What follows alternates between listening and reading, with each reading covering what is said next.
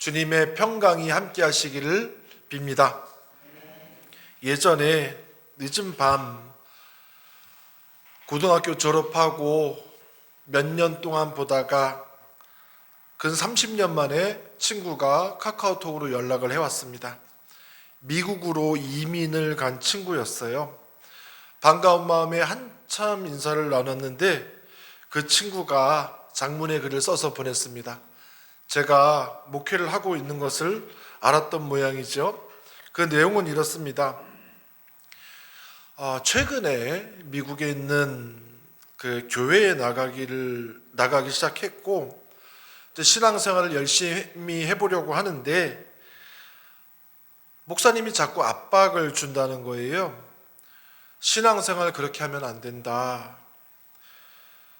그러면서 우리가 사는 지금은 말세인데 정신 차리고 신앙생활 해야 된다라고 그렇게 얘기를 했답니다. 뭐 틀린 말은 아니기 때문에 쭉 읽어봤어요. 그러면서 목사님이 하시는 말이 교회는 거룩하고 세상은 악한 곳이니 교회 중심의 생활을 해야 한다. 우리는 천국 갈 자들이고 저들은 지옥 갈 자들이다. 시대를 분별해야 한다. 그렇게 말씀하면서 요한계시록 성경 공부를 열심히 해야 된다. 그렇게 또 얘기를 했답니다. 그러니까 아직 초신자인 이 친구는 내가 무슨 신앙생활을 잘못하고 있는 건가 생각이 들었고, 또 목사님 요구대로 교회 중심의 신앙생활을 하지 못하는 것에 대한 답답함, 또 말세를 강조하니까 무서운 마음이 들어서 고민이다라는 내용을 저에게 보내왔습니다. 저는 친구가 나가는 교회가 이단이 아닌가라는 생각이 들었어요. 종말이 다가온다고 말하고 요한계시록을 강조하고 교회에 더욱더 헌신할 것을 가르치면 제가 보기에는 아주 위험한 교회일 수 있다는 생각이 들었습니다. 그래서 친구에게 이렇게 답장을 보냈어요. 억압하고 의무를 지우고 답답하게 하고 공포감을 심어주는 것은 복음이 아니다. 사람을 자유롭게 하고 기쁨이 넘치며 너와 나 하늘 땅을 나누는 것이 아니라 지금 이곳에서 우리가 함께 하나님 나라를 일구어 가는 것이 예수님이 말씀하신 천국 복음이다. 이렇게 말해 주었어요.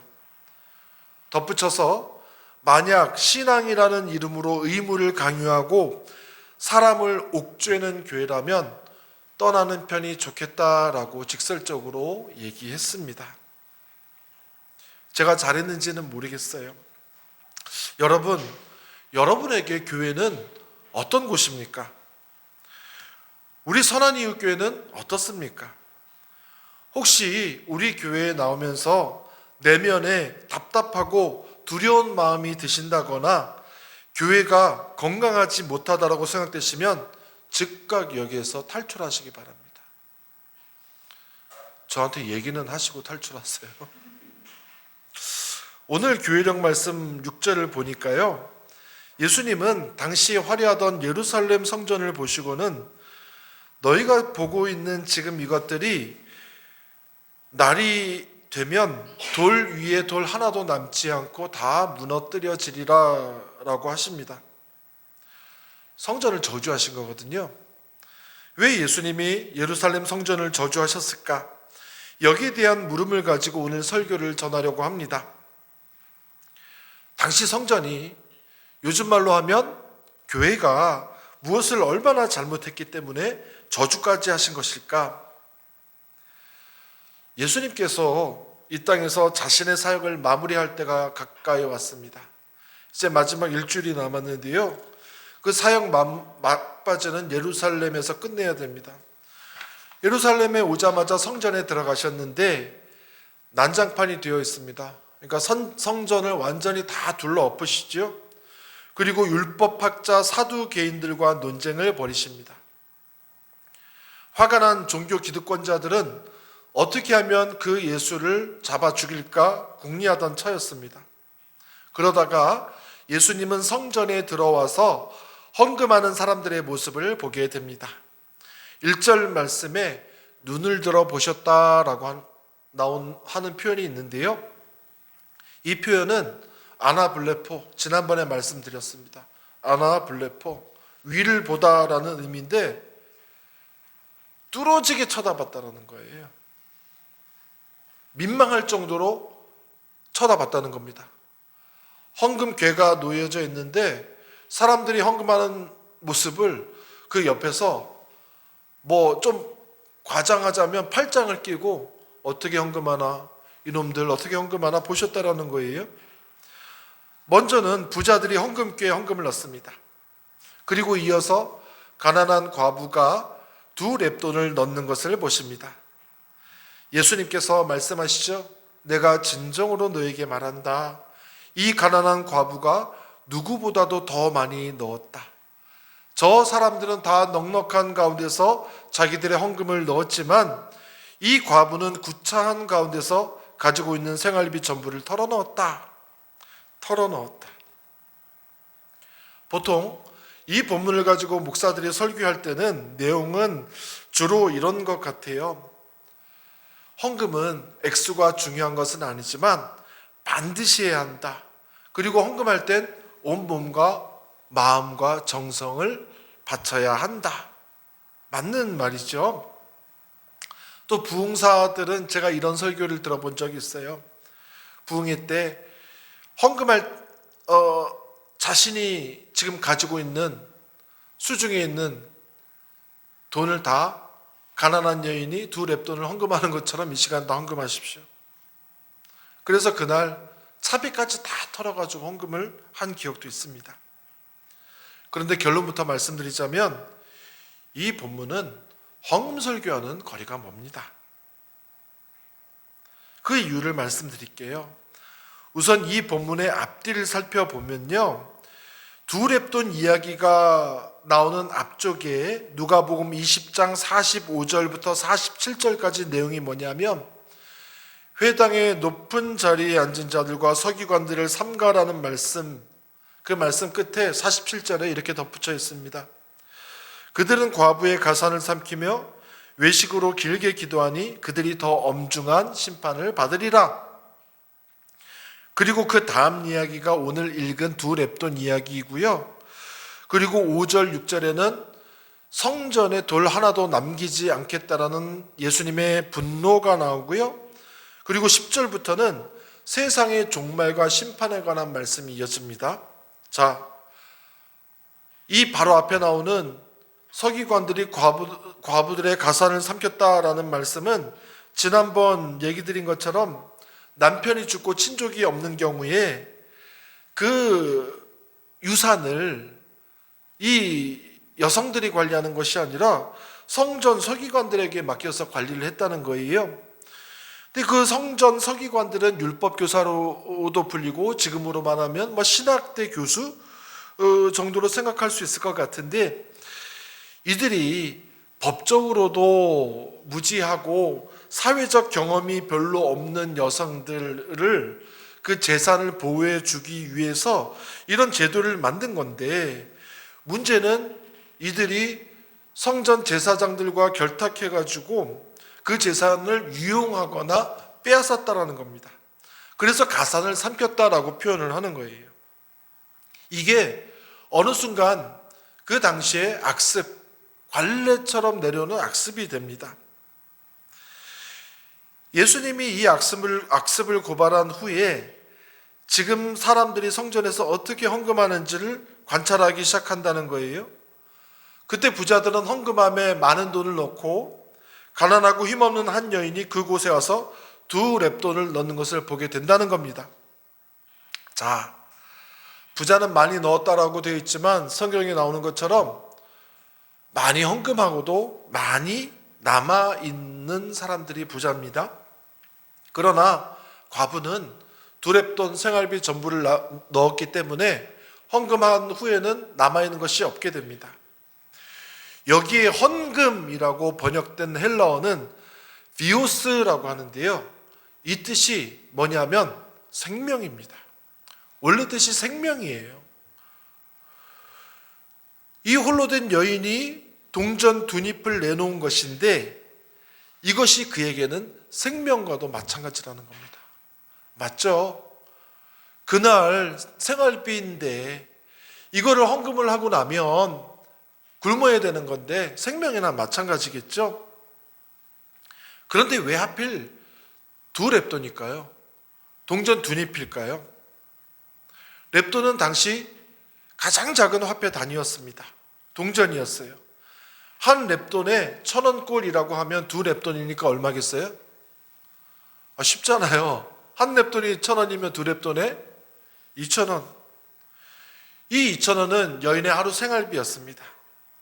그러면 생활은 어떻게 하려고 생명 같은 피 같은 두 렙돈을 헌금한 걸까요? 우리가 만약 하루 생활비가 있다, 뭐 한 10만 원 있다라고 쳐요. 헌금을 하면 어떻게 하겠어요? 5만 원은 헌금하고 5만 원은 생활비해도 되는 거잖아요. 두 렙돈이 있으면은 한 렙돈만 헌금하고 한 렙돈은 생활비해도 되는 거잖아요.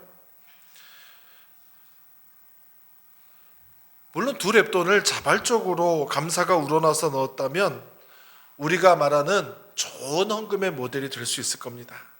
그런데 이렇게 가정을 한다면 두 렙돈을 어쩔 수 없이 넣을 수밖에 없었다. 그러면 이야기가 달라집니다. 실제 당시 성전법에 의하면 한 렙돈은 헌금할 수 없도록 원천 봉쇄되었습니다. 최소한 두 렙돈은 넣어야 하는데 그 이유가 있습니다. 성전에는 뭐하러 가는 곳이 성전이에요? 제사 드리러 가는 곳이 성전이잖아요. 제사를 드리는데 뭐가 필요합니까? 재물이 필요합니다. 돈 많은 사람들은 제사 드릴 때 소도 잡고 양도 잡고 하지만 가난한 사람들에게는 마지노선이 바로 비둘기 한 마리였어요. 아무리 가난해도 최소한 비둘기 한 마리를 바치든지 아니면 한 마리 값을 헌금하든지 해야 되는데 비둘기 가격이 얼마다? 두 렙돈이었다는 거예요. 그러니까 한 렙돈으로는 비둘기 반마리밖에 살 수 없기 때문에 결국은 두 렙돈을 헌금해야 되는 구조였다는 겁니다. 당시 성전법을 생각하고 이 말씀을 읽는다면 이 여인의 지금 형편이 어떤 것인지 이해가 됩니다. 이 여인은 남편을 잃고 홀로 됐어요. 그렇기에 얼마 되지 않는 그 유산이라도 안전 자산으로 갖고 있으려고 율법 학자들에게 맡겨서 보관했는데 그만 그들이 꿀꺽해버린 겁니다. 그녀의 재산은 이미 다 빼앗긴 상태고 어디다 호소할 데도 없는데 하루 종일 일해서 번 두 렙돈을 이제는 어쩔 수 없이 헌금했다라는 말이 됩니다. 아니 목사님, 어쩔 수 없이 헌금했다라는 것은 그래도 잘 좀 동의가 안 됩니다라고 하신다면 4절에 예수님이 이 여인이 헌금하는 모습을 보고 생활비 전부를 넣었다라고 돼 있잖아요. 여기서 넣었다라는 헬라어 단어를 보면 던졌다, 그 의미밖에 없어요. 돌을 던지다 할 때 던지는 거예요. 어떤 사람이 교회 와서 헌금하는데 동전 두 개를 던지겠습니까? 최소한 자발적으로 기꺼이 감사함으로 헌금했다라는 의미는 아니라는 거예요. 더 기가 막힌 것은 이 두 렙돈이 홀로 된 여인의 생활비 전부라는 겁니다. 하루 종일 일해가지고 두 렙돈을 벌었는데 이 돈을 성전에 헌금으로 내야만 했다라는 거예요. 아니 안 내면 되지. 굳이 그 두 렙돈을 다 헌금을 해야 합니까? 당시 성전법이 그랬거든요. 서기관과 제사장들이 매일같이 그렇게 헌금하도록 설교했기 때문입니다. 예수님과 이 여인이 서 있는 예루살렘 성전은 무너졌다가 재건됐다가 무너지기를 몇 번을 반복하고요. 헤롯이라는 왕이 이스라엘 백성들에게 환심을 사고 싶어서 46년 동안 백성들의 고열을 뽑아서 만든 성전입니다. 근데 그 성전 건축 자금이 어마어마하게 들어가니까 이런 성전법을 만들었고, 이 법에 따르지 않으면 지옥 간다, 그렇게 설교했기 때문이에요. 말이 설교죠. 힘없는 사람들, 돈 없는 사람들 향해서는 일종의 협박에 가까운 것이었습니다. 순진하고 불쌍한 이 여인은 오늘 끼니를 거르더라도 지옥에 가지 않기 위해서 자기 일당을 모두 헌금할 수밖에 없는 처지다, 이렇게 생각을 해보면 쉬울 것 같습니다. 그래서 이 사건 다음에 무슨 이야기가 나옵니까? 바로 그런 성전을 돌 하나도 남기지 않고 다 무너뜨리겠다라는 예수님의 진노가 이어지는 겁니다. 종합을 해볼까요? 이 본문은 당시 성전의 부패를 고발하는 시사고발 프로그램이었습니다. 그것이 알고 싶다, PD수첩. 종교가 성전법과 권위로 가난하고 힘없는 사람을 착취하는 것에 대한 고발인 셈입니다. 성전이 무엇입니까? 교회가 무엇입니까? 예수님은 성전을 가리켜서 기도하는 집, 만민이 기도하는 집이라고 하셨습니다. 하나님을 만나서 마음의 상처 입은 누구나 와서 위로를 얻고 평안을 얻고 안식을 얻고 하나님과의 깊은 교제를 나누는 곳이 성전입니다. 성전 안에 들어온 사람은 누구든지 하나님의 따뜻한 품을 누릴 수 있고, 우는 자의 눈물이 닦여지는 곳이어야 하며, 병든 자에게는 건강의 희망을 만들어주는 곳이고, 배고프고 가난한 사람을 착취하는 것이 아니라 배불리 먹고 살아갈 힘을 만들어내는 곳이며, 죽음에 직면한 사람들이 영생의 소망을 만들어내는 곳이어야 합니다.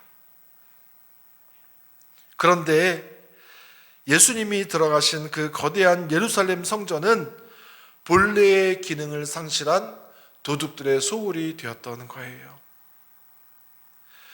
그러니 예수님께서는 그곳을 나오면서 너희 보는 이것들이 날이 이르면 돌 하나도 돌 위에 남지 않고 다 무너뜨려지리라, 저주의 말씀을 하셨던 겁니다. 목사님, 그러면 성전은 필요 없는 겁니까? 교회는 필요 없는 겁니까? 아니죠. 예수님은 지금 성전이 필요 없다 하시는 것이 아니라 하나님의 집이 자기 기능을 못할 때 무너뜨리겠다라는 말씀입니다. 저는 이 말씀을 접할 때마다 두렵습니다. 다른 교회들 다 제쳐두고 우리 선한 이웃교회는 어떻습니까? 오늘 말씀을 돌아보면서 한 가지만 짧게 생각하고 마치려고 합니다. 자, 오늘 말씀을 문맥에 따라서 잘 따라가다 보면 홀로 된 여인이 헌금함에 던졌던 두 렙돈이 결국은 성전을 무너뜨리는 원인이 되었다는 거예요. 그러나 이 말을 거꾸로 뒤집어 보면 보잘것없는 작은 두 렙돈이 무너져가는 성전을 다시 살릴 수 있다라고 하는 말이 됩니다. 두 렙돈, 아주 작은 것이지요. 그러나 이 작은 두 렙돈이 교회가 교회된 모습을 만들 수 있습니다. 두 렙돈이 무엇입니까? 큰 것 아닙니다. 우리 모두에게 맡겨진 작은 사명이에요. 그리스도인들이 스스로 보잘것없다라고 생각하는 이 초라한 삶에서 자기에게 맡겨진 사명을 충실하게 감당하는 것, 그것이 두 렙돈입니다. 주어진 자리에서 모든 것 이상으로 하나님을 경외하고 모든 것 이상으로 하나님을 사랑하며 모든 것 이상으로 하나님을 신뢰하며 살아간 일상의 결과물이라면 저와 여러분의 일상이 두 랩돈처럼 별거 아닌 것 같지만 내 옆에 동료와 이웃을 위해서 사용될 때 이 작은 두 랩돈이야말로 무너져가는 공동체, 하나님의 성전을 다시 세울 수 있는 기반이요 튼실한 기둥이 될 것이라는 말씀입니다. 여러분의 두 랩돈은 무엇입니까? 우리 모두가 부자가 아니잖아요. 저는 우리 교회 부자들이 많아졌으면 좋겠는데 희한하게 부자들이 없더라고요. 그런데 부자여서가 아니라 가난한 사람이 드린 그 작은 헌금, 헌신을 통해서 하나님께서 우리 교회를 세워가십니다. 지난 한 해 제가 매주마다 교회 재정을 보고를 받습니다. 작년보다 훨씬 어려울 거라고 생각했는데요. 아닙니다. 우리 교회가 꾸준히 선교도 많이 하고 여러 가지 일들 많이 하고 지방에 책임도 여러 가지를 다 하는데 항상 헌금이 줄지가 않아요. 항상 잔액 마지노선이 있습니다. 여러분께 감사드립니다. 여러분이 정말 헌신을 잘해 주셨어요. 우리 교회가 올해는 왜 이렇게 성장이 없는 것 같이, 우리 교회가 좀 커질만한데 그런 생각을 저도 했었어요. 올해는 부흥이 많이 안 되네. 내가 뭐 잘못했나? 그런 생각 많이 했었는데요. 하나님께서 설교 준비하면서 주신 마음이 있었습니다. 아니, 하나님의 나라는 그렇게 보이는 것으로 성장하는 것이 아니라 내면의 성장이 먼저 있은 다음에 외형적 부흥이 이루어진다라고 말씀하셨어요. 제가 아이들 키울 때 기억이 떠오르게 하셨습니다. 애들이 키가 안 클 때가 있어요. 키가 안 클 때는 어떤 상황입니까? 살이 찌는 기간이에요. 살이 어느 정도 찌다 보면 갑자기 키가 대나무처럼 쑥 자라날 때가 있더라고요. 저는 우리 교회가 지금 살이 찌고 있는 시간이라고 생각합니다. 저도 살이 많이 쪘어요. 여러분들도 보면 살이 많이 쪘습니다. 내면의 살이 많이 쪘어요.